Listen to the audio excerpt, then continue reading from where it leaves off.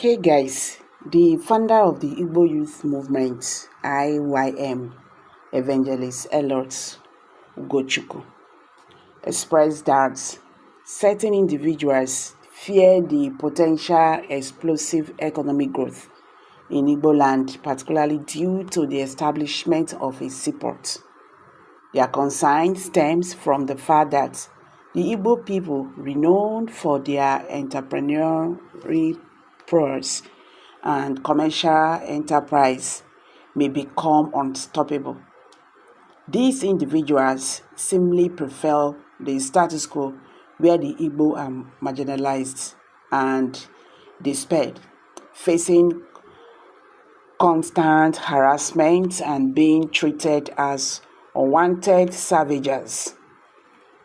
As reported by the Sun News, Evangelist Ugochukwu Elot said, youth of our region believe that those driving that argument are folks who are averse to only redevelopment coming to the region. There are people who are scared of seeing Igbo land explode with positive economic growth. They know what a seaport will do to the region. They fear that Igbo, masters of commerce, will become unstoppable. They fear they may no longer contain Igbo. They prefer the unholy manner in which Igbo are scattered everywhere as unwanted savages, harassed mercilessly to no end. One large functional seaport will change our future. That is what the people want. Well, these have generated reactions from Nigerians. That is just a simple and disputable fact, as it is very clear that Igbo are masters of trade, commerce, industry, and technology. Who is stopping them from developing their region? Igbos prefer to continue to lay claims to other people's prosperity. They claim your father's property, I meant to say.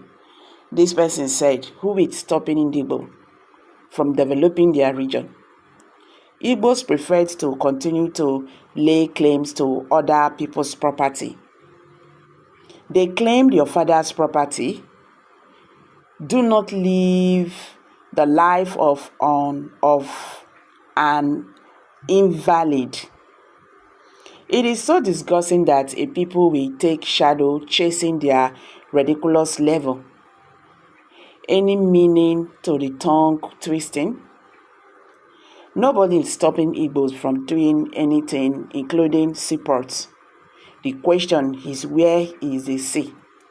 Because talking about seaports, after all, there are some states in the southwest, like Ondo State, that entered into private partnerships to develop their own ports without waiting for the federal government. So it is time to stop the blame game.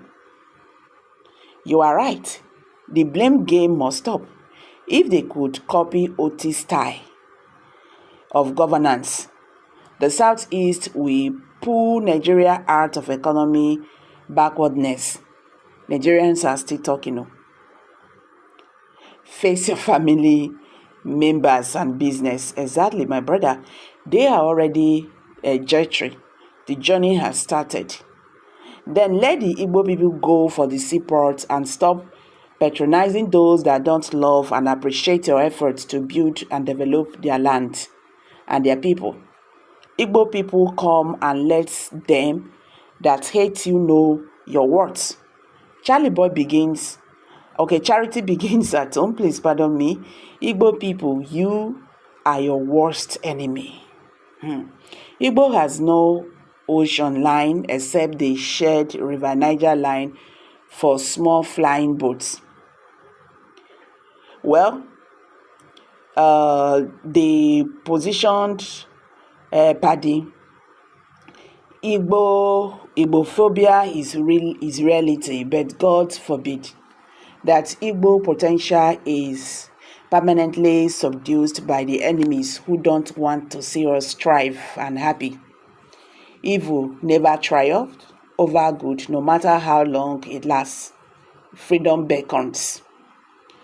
You can see God is dealing with the Igbo enemies. It's just a matter of time. Igbos will realize a lot and see how God will make their enemies to be under their footstool.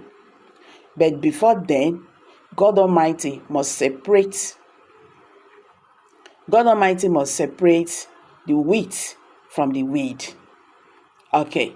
Another person said here, those with such thoughts can bury their head in shame. It shall happen. Okay.